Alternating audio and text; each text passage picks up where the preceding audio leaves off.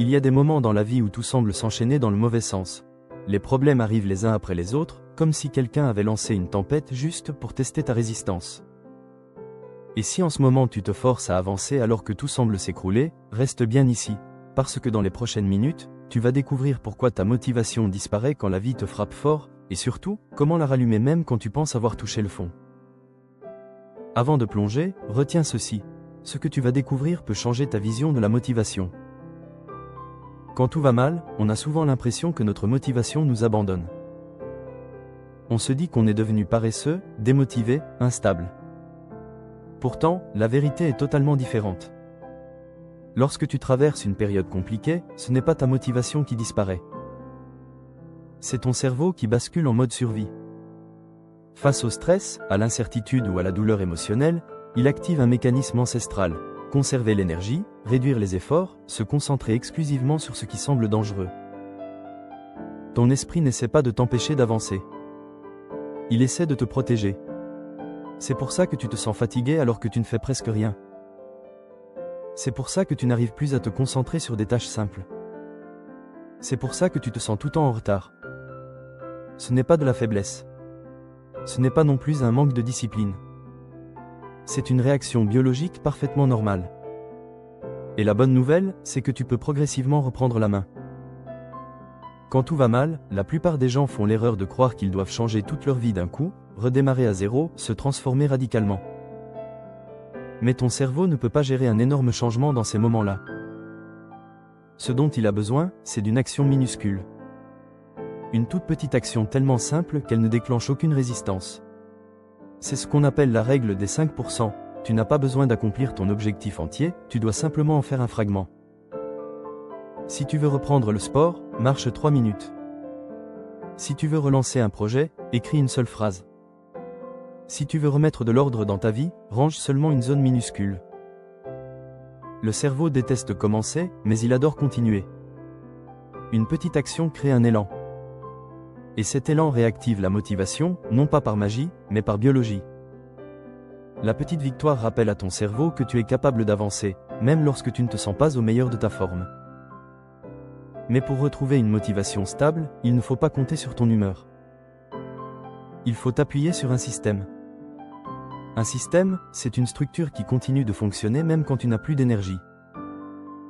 Il peut être très simple. Une action essentielle à accomplir, un moment précis pour la faire, et une petite récompense symbolique derrière pour que ton cerveau y associe de la satisfaction. Ce n'est pas la quantité qui compte, mais la répétition. Un système minimal, répété chaque jour, vaut 1000 fois plus qu'une explosion de motivation qui dure 1 heure. Ton environnement joue également un rôle énorme. Quand ton espace est chaotique, ton mental l'est aussi. Quand ton téléphone déborde de notifications, ta concentration se brise avant même d'avoir commencé.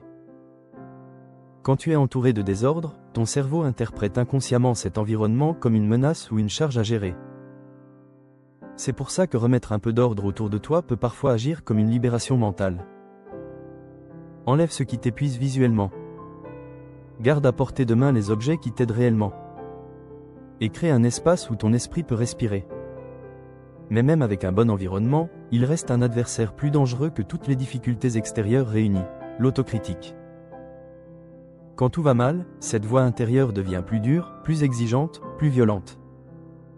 Elle te rappelle tes erreurs, tes faiblesses et tes échecs. Elle te répète que tu n'avances pas assez vite, que tu n'es pas assez bon, que tu n'es pas capable. Le problème, c'est que cette voix n'est pas toi. Ce n'est pas un jugement rationnel.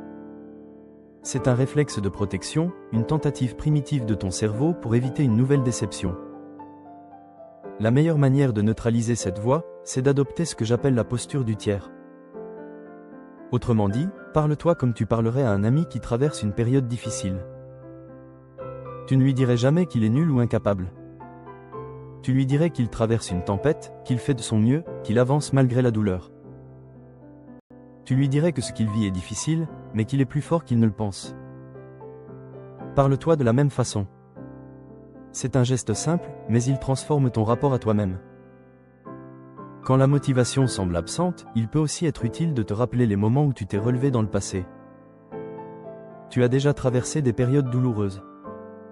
Tu as déjà surmonté des obstacles qui semblaient impossibles. Tu as déjà résisté à des tempêtes émotionnelles.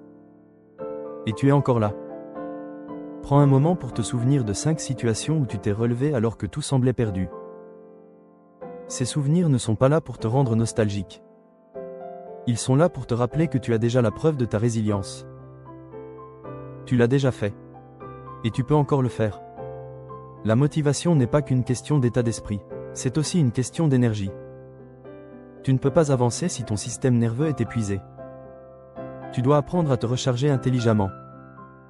Parfois, cela signifie simplement fermer les yeux 10 minutes, respirer lentement, marcher un peu dans ton quartier, t'étirer, ou t'exposer à la lumière du jour. Ce sont de petites actions, mais elles disposent d'un pouvoir énorme, elles réparent ton énergie à sa source. Sans énergie, la motivation est impossible. Avec un peu d'énergie, elle revient naturellement. Et puis, il existe un type de motivation plus profond, plus stable et plus puissant que celle que tu ressens dans les bons moments. C'est la motivation par le sens. Quand tout va mal, tu peux choisir de voir cette période non pas comme une punition, mais comme une transformation. La douleur t'oblige à réfléchir. Les obstacles t'obligent à grandir. Les périodes difficiles sculptent une version de toi que les périodes faciles ne peuvent pas construire. Demande-toi ce que cette situation t'enseigne, en quoi elle te renforce, qui elle te pousse à devenir. Quand la douleur prend un sens, elle se transforme en force. Et pour terminer, voici une méthode simple pour commencer chaque journée avec plus de clarté et de motivation. Avant de dormir, note 3 choses. Ce que tu dois absolument faire demain, l'obstacle le plus probable que tu risques de rencontrer, et comment tu vas y répondre. Ton cerveau construit automatiquement une carte mentale et prépare ton système nerveux à affronter la journée. Tu te réveilles plus calme, plus organisé, plus concentré. Rester motivé quand tout va mal, ce n'est pas être invincible. Ce n'est pas ignorer la douleur. Ce n'est pas faire semblant d'être fort.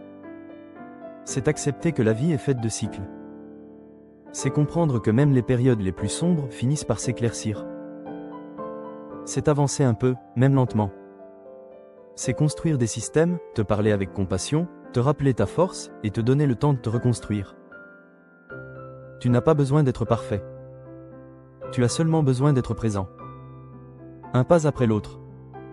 Et tu vas y arriver. Si ce contenu t'aide à avancer et à renforcer ta force mentale, abonne-toi dès maintenant à NeoFocus et continue de bâtir ta force mentale chaque semaine.